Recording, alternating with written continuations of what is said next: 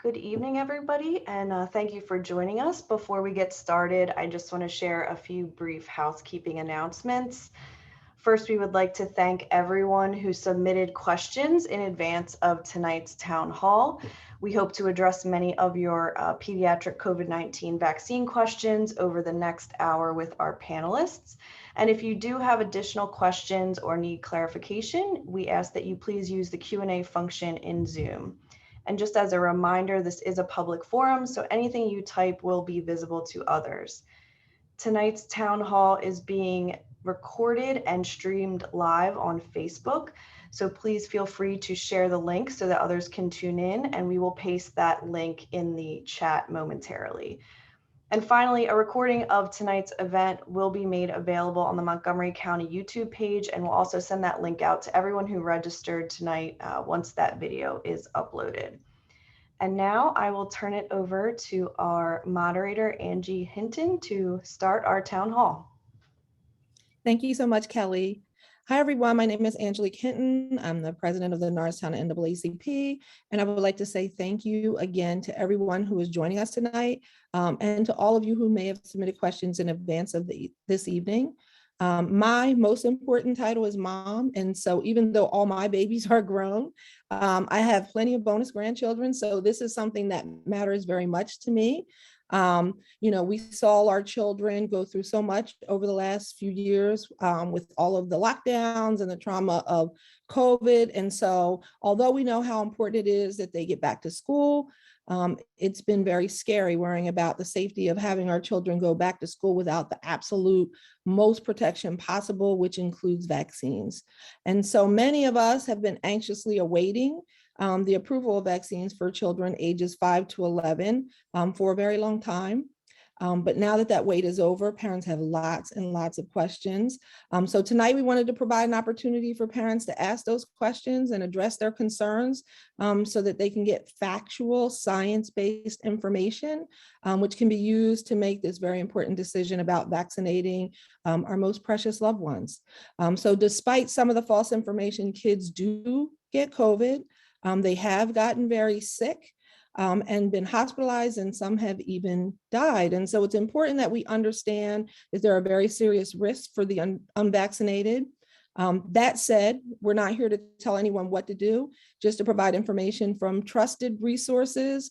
And so I hope tonight is a good opportunity for everyone to listen, to learn, so they can make the most informed and safest decisions for their family. Now, without further ado, I'd like to just take a moment and have our panelists introduce themselves. So I will just go across the screen as I see. I'm going to start with Dr. Tosha Lee. If you can take a few minutes and introduce yourself, please. Absolutely. Good evening, everyone. My name is Tosha Lee. I'm a family nurse practitioner and the Associate Medical Director at Norristown Regional Health Center with more than 25 years in healthcare. I previously was a labor and delivery nurse, and I am a certified lactation consultant. And it is my honor to be here with you to try and answer your questions. Thank you so much for being here. Dr. Valerie Arkoosh. Thanks, Angie. Good evening, everybody. Thanks so much for joining us tonight. I'm Dr. Val Arkoosh. I am chair of the Montgomery County Board of Commissioners, but also a physician. I practiced medicine for a little over 20 years, and just am honored to join you here tonight to help get accurate and factual information out across all of our communities. Thank you. And Sophia Collins, if you can introduce yourself, please.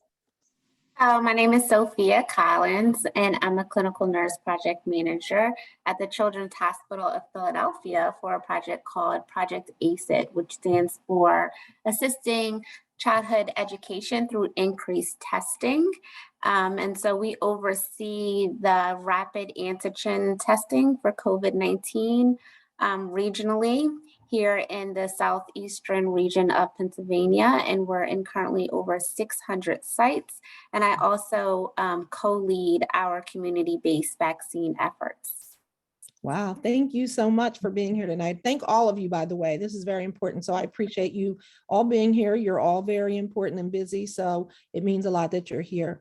And so we're going to just jump right into it. We're going to have a conversation. So Dr. Arkoosh, some parents are concerned about the safety of the vaccine.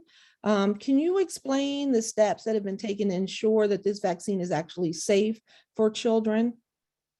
Yeah, I am happy to do that because I do think that is one of the #1 questions. So first, I just want to remind everybody that vaccines are one of the greatest public health achievements in the world. There are a number of them that are incredibly effective at preventing illness and death from multiple different diseases. You know, measles, polio, I could go on and on. And the COVID vaccine is no different than any of those. So in terms of what happened up until the time it was approved, we know that tens of thousands of volunteers of different ages, races, and ethnicities were involved in clinical trials for the Pfizer vaccine. And I'm just speaking about the Pfizer vaccine because as of right now, that is the only vaccine that's approved for children between the ages of 5 and 11. The studies all found that the Pfizer vaccine is remarkably safe and effective for children that are between the ages of 5 and 11, and that the risks from COVID-19, actually getting COVID-19, are greater than the known and potential risks of the vaccine. The other thing that's important to know is that the COVID-19 vaccines are being monitored for safety with the most thorough and intense safety monitoring program in United States history. It's actually pretty extraordinary what they've been doing. And then I also just want to mention that millions of people aged 12 and up have been safely vaccinated. We're now at a point where nearly half of all of the children between 12 and 17 years old have been fully vaccinated, and that is more than 11 million kids. So I'm pretty excited that it is finally now the younger kids' turn, those between 5 and 11, to get the COVID-19 vaccine. It will protect them. It will protect the health of their family and their friends.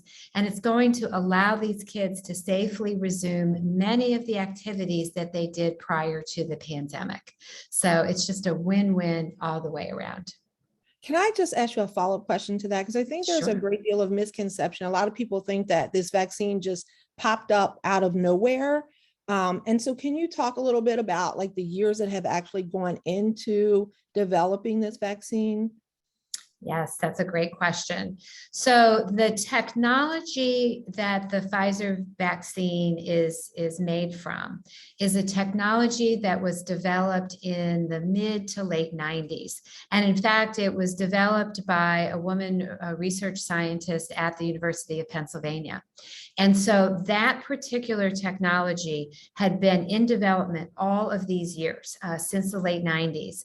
And it was just luck, frankly, that it was able to be applied and make such an effective vaccine against COVID. So I know it feels new because it did happen very quickly, but the technology, the underlying science behind the vaccine has been in development and under study since the late 1990s. And really, it was just so fortunate that it was kind of ready for clinical use because it is produced an incredibly effective vaccine. Yeah, I think that's very important because a lot of people are confused about that. Dr. Lee, can you discuss the side effects of the vaccine on 5 to 11-year-old children that were found in the clinical trials? Absolutely. So there were over 3,000 children in the clinical trials that received the Pfizer COVID vaccine. And the side effects that this age group experiences is very similar to that of other age groups. The most common side effect that we see is a sore arm. They can have fatigue, they can have a headache, they may have chills. One thing I do want to point out though, in this age group, there were no children that were reported to have myocarditis or pericarditis, which has been, a concern of some parents vaccinating their children. So as Dr. Arkoosh has mentioned, this vaccine was found to be very, very safe. And the benefits definitely outweighed the risk and any minor side effects that the children experience. Thank you. And to touch back on I'm going to mispronounce it, myocarditis. Is that how you pronounce it? Myocarditis, yes. myocarditis. Can you talk a little bit about how the risk of that is stronger if they actually develop or get infected with COVID than from the vaccine, correct? Absolutely, absolutely. So if you contract COVID-19, you are at a much higher risk of having myocarditis or pericarditis. And with the myocarditis and pericarditis, that risk, even in the teens and the young men that we found, was still very rare. Very, very rare. So in the smaller children, we have not seen that, but the risk of getting myocarditis is much higher if they contract the actual infection. Thank you. Sophia, we're going to switch to a topic that I have heard a lot. I have a group and I work with high school students, right? And we do a lot of civic engagement. And this is something that has come up a lot in having conversations with the young girls in particular. So can you speak to what the research has found in regard to fertility later in life with girls that have received the vaccine? So I have some girls that are reluctant to get it because they're afraid this will be an issue for them later in life. Yes, and this is actually a question that I hear a lot as well, concern of young girls and parents. And, as they should be, it's an excellent question. But the reassuring thing is that research has shown no loss of fertility with the COVID vaccine nor any other vaccines. And I think that is something very important because yes, there's research going on, and there has been studies, and women and men have been followed in regards to fertility. And there has been no change from those having antibodies from the vaccine with COVID, antibodies from natural immunity from having the COVID infection, and also ones that don't have any antibodies. There was a study done and there was no difference in all three of those categories. So it is strongly recommended that young adolescent girls become vaccinated, that those that are thinking about pregnancy in the near future become vaccinated, both men and women, and there has been no change in regards to fertility. Thank you so much for answering that, because I hear that so much, and so I'm happy to be able to answer that when I get those questions. Dr. Lee, coming back to you, can these vaccines trigger autoimmune diseases that may not show up for a couple years? And if you could take a minute and just talk a little bit about autoimmune, because I don't have any family members that have any. So maybe if you can talk a little bit about what they are. And then the second follow-up is, how long will the mRNA vaccines persist? Sure. So autoimmune diseases are diseases of the body where, for different reasons, the body attacks itself. There are many different types of autoimmune diseases. Some examples that you may have heard of are rheumatoid arthritis, lupus, diseases of that nature. And so far, there has been no demonstration that the COVID vaccine or any other vaccines triggers autoimmune diseases. We do know that getting COVID-19 infection can exacerbate or cause a flare if you already have an autoimmune disease. Now, this specific question asks, will it trigger an autoimmune disease that may not show up for a couple of years? So just so that you know, the studies are ongoing. As the COVID vaccine is administered, the FDA is following any adverse events. They are tracking data. And so as we receive updated information, that will be made available. But so far, there is no reason to believe that this will happen. As far as how long the COVID vaccines will provide immunity, we know that the Pfizer vaccine provides strong immunity for at least 6 months. And as more information becomes available as we continue to administer these vaccines, we just advise that you follow the recommendations that are put forth by the CDC and health organizations as far as boosters that may be needed in the future. Thank you. You're welcome. Dr. Arkoosh, we talked a little bit about the heart and the vaccine. And so this is just a follow-up question. I guess just more generally, does COVID-19 cause heart issues in children? Yeah. Yeah. Yeah, and I'm going to kind of dive in a little bit more with the myocarditis and pericarditis, because I know this has been such a really serious concern for so many parents. So myocarditis is an inflammation of the muscle of the heart, you know, the part that just actually beats. That's myocarditis. And pericarditis is an inflammation of the lining on the outside of the heart. So that heart muscle has a lining around it. And if that gets inflamed, that's called pericarditis. And there have been cases of both myocarditis and pericarditis reported within 1 week after receiving the Pfizer COVID-19 vaccination, almost entirely in children between the ages of 12 and 17. There's been a few older kids, but not too many, and almost entirely in males. The symptoms are chest pain, shortness of breath, and feelings like that your heart is beating really hard or really fast, or maybe kind of fluttering. These reactions are very, very rare. In one study, the risk of myocarditis after the second dose of Pfizer, and by the way, it mostly happens after that second dose, in the week following the vaccination was around 54 cases per 1 million doses given. So out of about 1 million doses, about 54 cases of myocarditis were found. So just that gives you a sense of just how incredibly rare this really is. And again, as I mentioned, it's mostly in boys between the ages of 12 and 17. The good news is just about everybody responded very quickly to rest and medications. In some cases, some kids didn't even need medications, and they felt better quickly. What's so important, and Dr. Lee mentioned this, is to compare it to the fact that COVID-19 itself can also cause these same inflammations.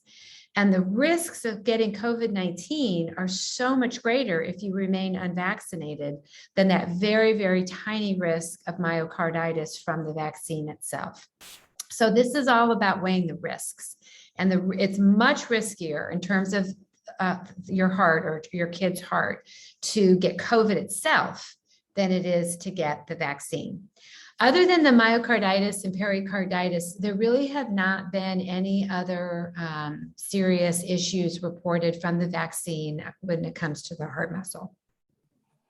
Can I ask you a follow-up question? I don't know, it's okay if you don't know the answer. Is there data to show how frequently you would develop one of those conditions with COVID? So like, do they show how many, to compare to? Yeah.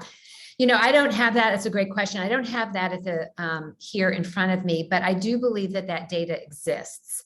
Okay. And I think what's important to keep in mind is that if you're unvaccinated, it's pretty likely that you might get COVID, particularly with this Delta variant. It is so contagious. Mm-hmm. And so you're just more likely to get COVID. And then if you have COVID, there's definitely this risk of these inflammations of the heart. So all the way around, I don't have the numbers, but it's definitely much riskier than that very rare sort of 54 out of 1 million. Yeah. Okay. Thank you so much. Dr. Lee, is there any data to indicate that vaccines could be an issue for a child with sickle cell or, and I looked this up, G6PD, which is glucose 6-phosphate dehydrogenase? Did I say it right? Yes. So maybe if you can talk a little bit about what that is, right? And then answer the question, that would be amazing. Thank you. Sure. So both of these conditions people tend to have a genetic predisposition for. And sickle cell can be very serious in individuals who have it because the cells are abnormally shaped. It can cause a lot of complications, including pain, anemia, heart complications, lung complications. G6PD tends not to be as serious, and usually what we see with this is anemia, although many individuals who have G6PD deficiency have no serious illness at all. So what's important to know is these individuals absolutely should get the COVID-19 vaccine, because children with sickle cell, as I mentioned, often have heart and lung complications, which put them at a greater risk for having serious complications if they get COVID-19 infection. So therefore, these individuals absolutely should be vaccinated to protect them from those complications, and there's no reason why they should not. Awesome. Thank you so much. Sophia, I'm gonna come to you, and I actually got this question because we did a vaccination clinic a few weeks back and adults asked this question. So now we're going to answer it for children. Is it safe for children to get the flu shot at the same time as their COVID-19 vaccine? Yes, it is. And we are definitely recommending both the flu and the COVID vaccine for youth. You know, the mask, last winter, we saw a decrease in the amount of respiratory infections. And so, yes, the masking is great. The hand washing is great. We want to continue to use all of the mitigation strategies, but we do recommend the flu shot, and a lot of sites are offering dual vaccinations at the same time. It's definitely appropriate, and we encourage it. So at our community sites for CHOP, we're not giving both at the same time, but a lot of primary care offices are offering it, and take advantage. So I did hear, like, and maybe I'm wrong, right? So this should you get it in a different place? So like maybe like not your shoulder, your thigh, if you're getting both, or does it matter? It really doesn't matter, but for children, you know, their muscles are so small, we probably would give it in a different arm, just one injection in one, and then go in the other, the opposite. Okay, well, that's good to know. Dr. Arkoosh, this is a big one, okay, so do you think children 5 to 11 will need boosters in 6 months or become eligible just as adults have? Yeah. So it's just too soon to know the answer to that question. But so far, if we look at the 12 and up, younger, healthier people who have received the Pfizer vaccine are not being recommended for a booster. Now, there are some exceptions to that. Folks that have different underlying medical conditions that might, particularly those that might affect their immune system's ability to respond well to the vaccine, or young people that work in high risk occupations where they might be at risk of regular exposure to COVID. Some of those folks are being recommended to get a booster. But for now, younger, healthier people are not being recommended for a booster unless you're 18 and older and got Johnson & Johnson. But that's just a completely different situation. So my best guess, and as you heard earlier, I think from Dr. Lee, the Pfizer vaccine seems to be providing really good protection for at least 6 months. And while it starts to drop off a little bit after 6 months, it doesn't go to zero. It just drops off a little bit. So it goes from being around 90%, maybe down into the 80s or high 70s. So time will just have to tell on that. It's still way better than not being vaccinated. And, that I think is the most important point. And I just want to remind parents, I have 3 kids. It was so many boosters between my 3, and I have a set of twins. So, I would go and it would be multiple shots in 2 kids. So that made for a fun night that night. But, this is normal for vaccines. There are very few vaccines where you're one and done. Most of particularly our childhood vaccines do require at least one booster, and some require several over the years. So it wouldn't surprise me if that ended up being the case for this as well. Okay. Now you mentioned J&J. So Dr. Lee, touching along those lines, when do you expect that vaccines would be available from like Moderna, Johnson & Johnson, and approved for this age group 5 to 11? At this point, we don't know. Moderna has already submitted an application for approval for the pediatric population. As of when that would be approved, we don't know. And as far as Johnson & Johnson, I know that they were gearing up to research this age group, but as far as I know, they have not submitted an application, and I don't know if and when they will. Okay, thank you. Dr. Arkoosh, I'm going to ask this question, which most people are asking, where can I get the vaccine for my child? Can they get it at their pediatrician? Where? Yeah. Well, before I tell you where, I just want to make sure everybody knows that the vaccine costs you nothing. And I just want to repeat that. You will pay nothing to vaccinate your children or yourself. If you have insurance, you'll be asked to submit your insurance information, and your insurance company will be billed, but they are not allowed to send you a bill for this vaccine. And if you do not have insurance, it's no problem at all. You will be vaccinated at no cost to you. You also do not need to have any kind of a doctor or healthcare provider order. You can just show up and be vaccinated. The only thing that we do ask is that if the child is under 18, that there be a parent or guardian who's able to give permission for that child to accompany the child. So you can get it at lots of places. You can absolutely get it at your pediatrician. You should check with your pediatrician first. Not all of them have received the doses yet, but they are being shipped. And so I'm sure, every day, doctors and other healthcare providers are receiving vaccine. You can go to one of 4 different sites here in Montgomery County that our Montgomery County Health Department is running. They are in Norristown, King of Prussia, Pottstown, and Willow Grove. And we do also offer the flu vaccine at all 4 of these sites. And they run 5 days a week, and they're different hours on different days, trying to make it as convenient as possible. And you can learn about those sites and where they are and the hours and sign up, make an appointment if you wish. You can also walk up, but it's a little quicker if you make an appointment. And you can do all that at montcopa.org/COVID-19 vaccine. And so maybe Kelly, you could put that in the chat and put it on the Facebook page, but I'll say it again. It's montcopa.org/COVID-19 vaccine. Now, the other place to check is many of our 22 school districts are running clinics, and we're working with our Montgomery County Immunization Coalition to partner schools with pharmacists.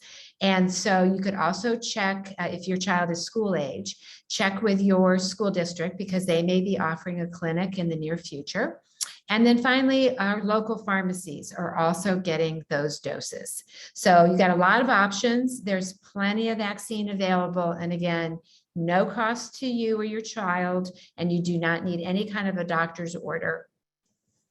Can you just say that website one more time? Because I know this information changes, more vaccine comes in, more options are available. So if they just constantly go to this website, that's where the most up-to-date information will be. Yep, that's right. So it's Montcopa, and that's montcopa.org/COVID, COVID dash the number 1 and the number 9 vaccine. So 19 vaccine. Thank you so much. That. Sophia, here's another question. How soon will this vaccine be available for children in preschool? I wish I had that answer. And I laugh because as we, highly anticipated the 5 to 11 approval, it's a lot of rumors and whisper down the lane and a lot of projections of when it would actually take place. And I kind of got myself in a little bit of trouble because it was like, oh, the end of October.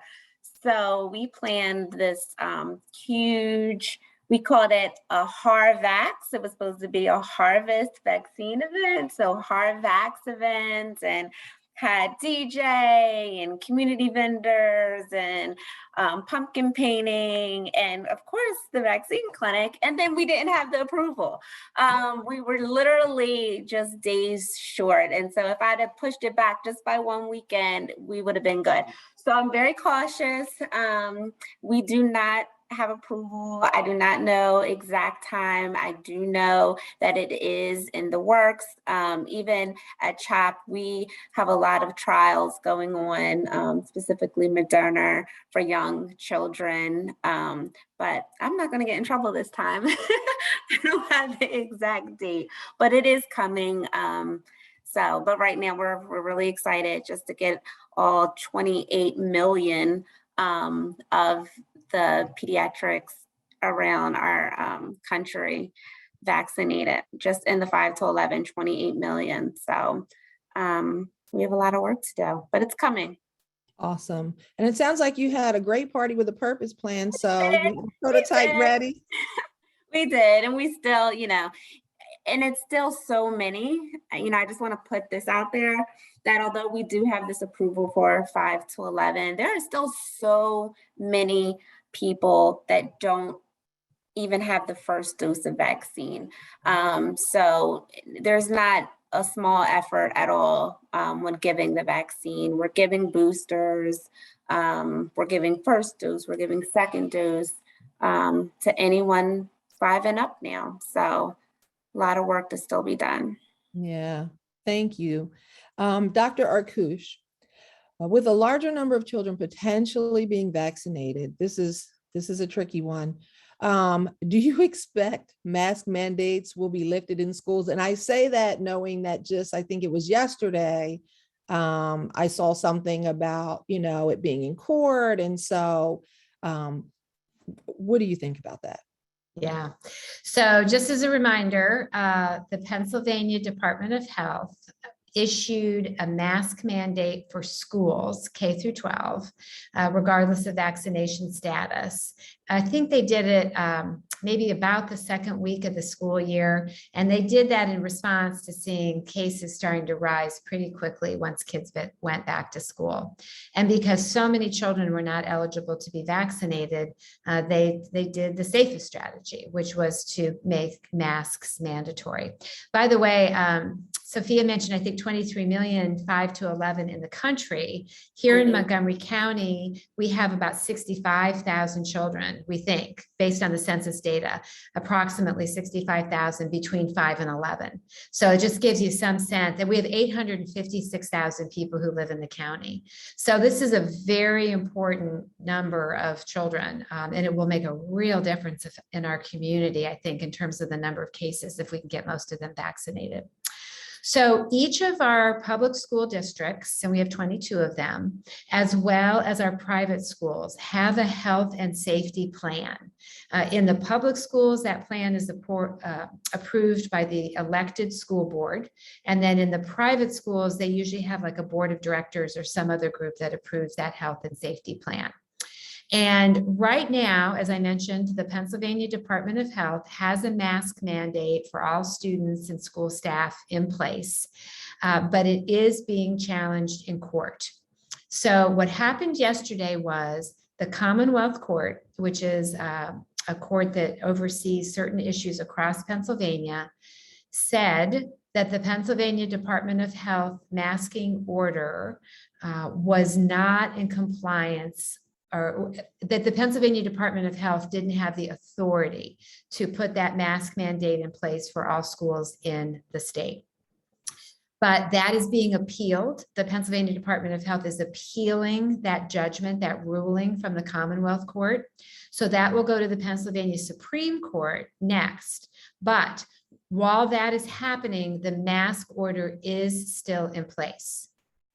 So they made that decision very quickly after. So the ruling from the Commonwealth Court has been stayed, and the mask order is still in place, and we'll wait to go to court another day. The other thing that happened, just to add to the confusion this week, is that Governor Wolf announced earlier this week that the state mandate for masks in schools will be lifted on January the 17th. And from that point on, it would be up to the schools and each school's health and safety plan to decide what they're going to do in terms of masking.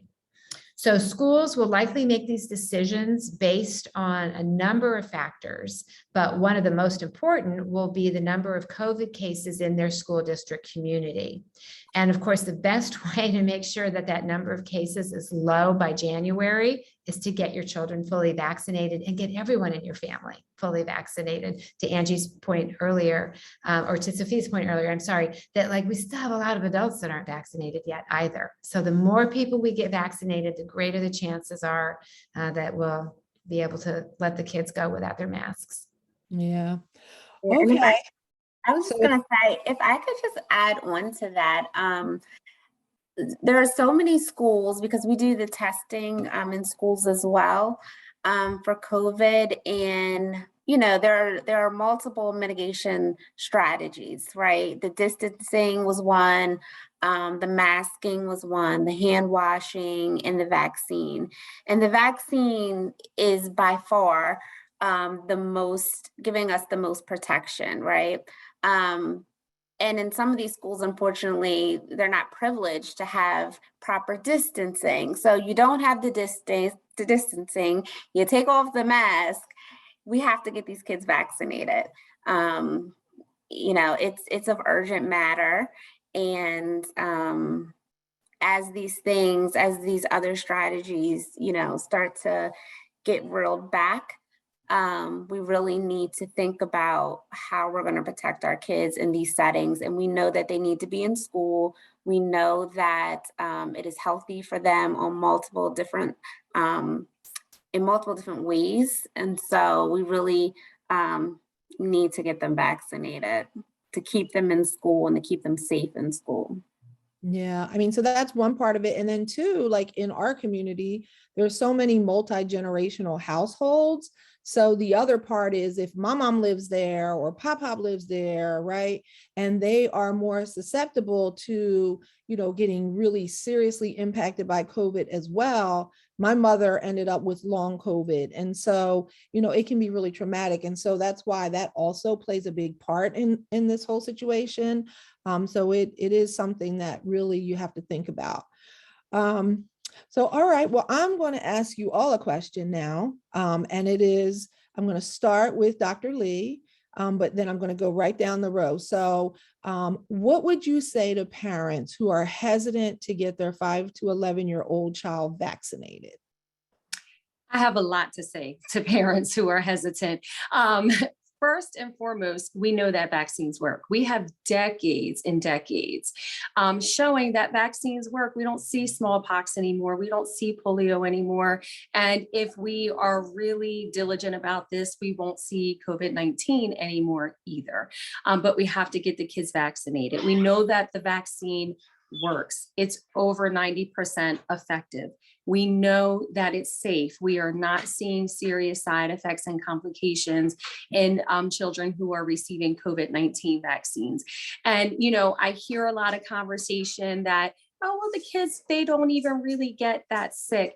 But they do get sick. And not one case is acceptable. Not one major illness, not one hospitalization, not one death is acceptable when it's preventable. And we do have the vaccine that can prevent it. And kids have been hospitalized, and they do get the multi-inflammatory systemic disease, and they do get myocarditis and pericarditis when they get COVID-19, and they do die when they get COVID-19, especially children who have other underlying underlying conditions.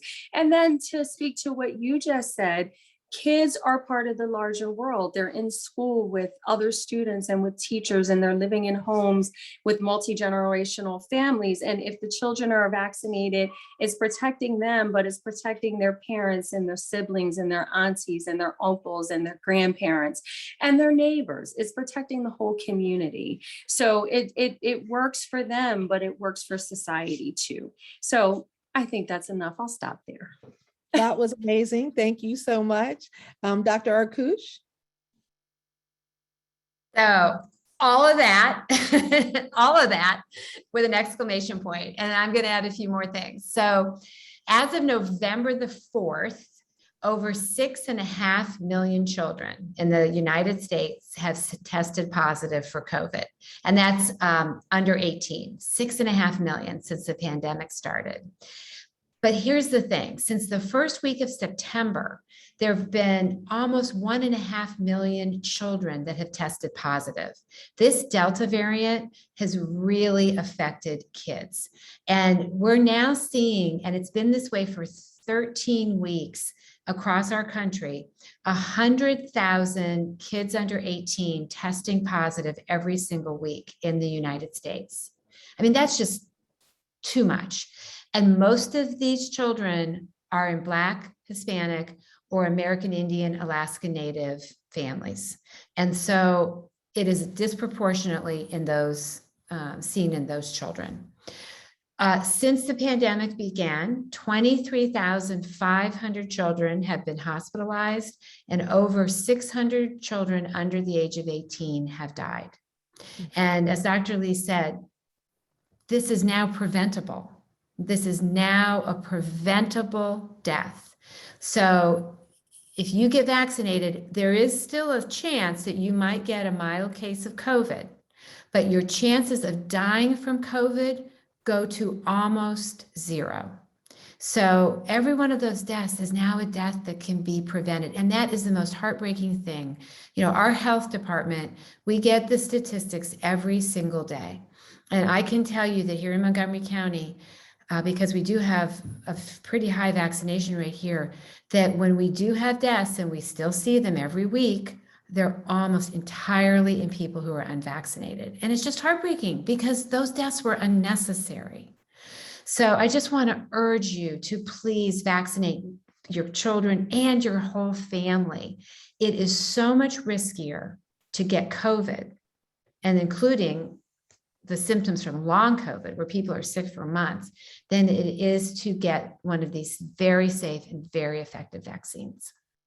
Thank you so much. And just to touch on that, I just want people to understand, you know, this is something like with older people, right? The long COVID, it really does. My mom was very healthy. She got long COVID. She was in the hospital. And the scary thing is sometimes you think people are not infected, right? She was asymptomatic. She was in the hospital for over a week before they were testing her regularly and didn't detect the COVID until a week and a half later. So I don't know how many people were exposed in the hospital, but still, she now has acute respiratory disease. She struggles with breathing. She's nowhere near as independent as she was. So this is a real serious situation. And so I just hope that all of you think about that. So thank you for that information. Sophia, I'm going to turn it over to you. Yes, so I agree definitely with everything said here this evening. And just in addition to that, we know that the vaccines work. We can tell by the rate of infection. We can tell by the rate of death and mortality. We can tell by those in ICU or not needing to go into the ICU. We know that they work. And one thing about COVID is it's a communicable disease. And not only are we protecting ourselves and our children and the elderly, we can use this as a teachable moment. And just today, I was able to vaccinate this little one, and she was telling me that now she can go visit her newborn baby cousin. And she was so worried and wanted to be protected before she went to bed. Like, she understood that. And we had these little coloring sheets, and that was her reason why. And I just thought, what a teachable moment. We're teaching our children not just about keeping ourselves safe, but also those around us, those that we love, those that we care about. And that's what this is all about. Us building, they talked about herd immunity, but enough immunity so that everyone is protected, so that those Delta viruses and other replications of the disease does not get even worse and even more dangerous and even more contagious. We really are just doing what we need to do to provide safety for everyone. And so I just encourage everyone to get vaccinated. If you have questions or still have that hesitancy, talk to your providers. Your local health departments have plenty of information. Even the schools, we're in schools, we're giving out education as well as advocating and providing the vaccine. It all goes hand in hand.